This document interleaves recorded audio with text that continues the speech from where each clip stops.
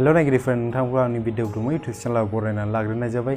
दिनै मोनसे गोदान भिडिअ लानानै फैदों। बे भिडिअआ जाहैबाय 7 जुलाइआव मोनसे मेल फैदों। बे मेला खालि जायफोरनि चेनेला मनिटाइजेशन जानाय बे मनिटाइजेशन जानायफोरनाल' फैदों। बे मेलाव लिरनाय दङ आपकामिं चेन्ज टू मिड रोल एड माने मिड रोल एडआ मा जिनिस होनबा बे मिड रोल एडआ जाहैबाय नों जों भिडिअ नायफुबाय थानाय समावनो एड फैयोना एडभार्टाइज फैयो बेखौनो होनो मिड रोल एड। बे मिड रोल एडआ सिगां समाव मा जायोमोन सिगां समाव जायफोरनि भिडिअआ 10 मिनिटमोन बे 10 मिनिटनि भिडिअआवल' बेखौ एप्लाइ खालामनो हायोमोन।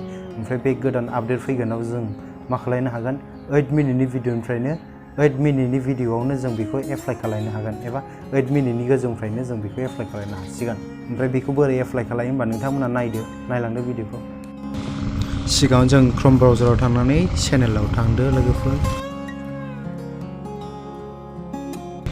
चेनेलाव थांनानै नोंनि मनिटाइजेशनाव अपशनाव थांदो। मनिटाइजेशनाव क्लिक खालामोबा नै मनिटाइजेशनाव क्लिक खालामबाय अब्ला बिदि नुगोन मोनसे नटिफिकेशन फैनानै दङ। बे साइडआव नुदों एक्शन्स बे एक्शन्सआव थुनांगौ।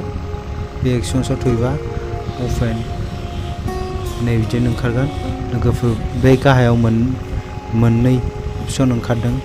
बे गोजौनियाव क्लिक खालामबा नोङो बे गावनो गाव अट'मेटिक मिड रोल एड्सआ अट'मेटिक आपडेट जागोन आरो गाहायावबा नों गोसोबायदि बबेखौ मिड रोल एड्सखौ सेलेक्ट खालाय गोसोबायदि खालामनो हागोन।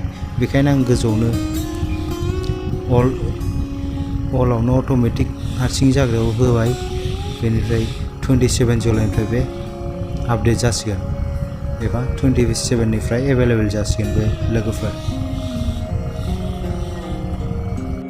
हेलो नायगिरिफोर माबायदि मोनखो भिडिअखौ नायना मोजां मोनदोंबा कमेन्टआव फोरमायहरदो। एबारनिफ्राय जायफोर इउटुबारफ्रा डाबल रेभिनिउ खालामनो हासिगोन मानो होनना बुङोबा एड फैनाया डाबल जासिगोन लोगोफोर। आरो आंनि चेनेलखौ सोरबाफोर दाबो साबस्क्राइब खालामदो। भिडिअखौ मोजां मोनदोंबा लाइक खालाम, कमेन्ट खालाम, शेयार खालाम। नोंथांमोना आंनि चेनेलखौ साबस्क्राइब खालामनानै ला। आं नोंसिनो इउटुबनि गोदान आपडेटखौ खिन्थाबाय थागोन आरो ब्लग्स भिडिअ लाबोबाय थागोन। गोजोन्थों लोगोफोर, दिनैनि थाखाय एसेनोसै।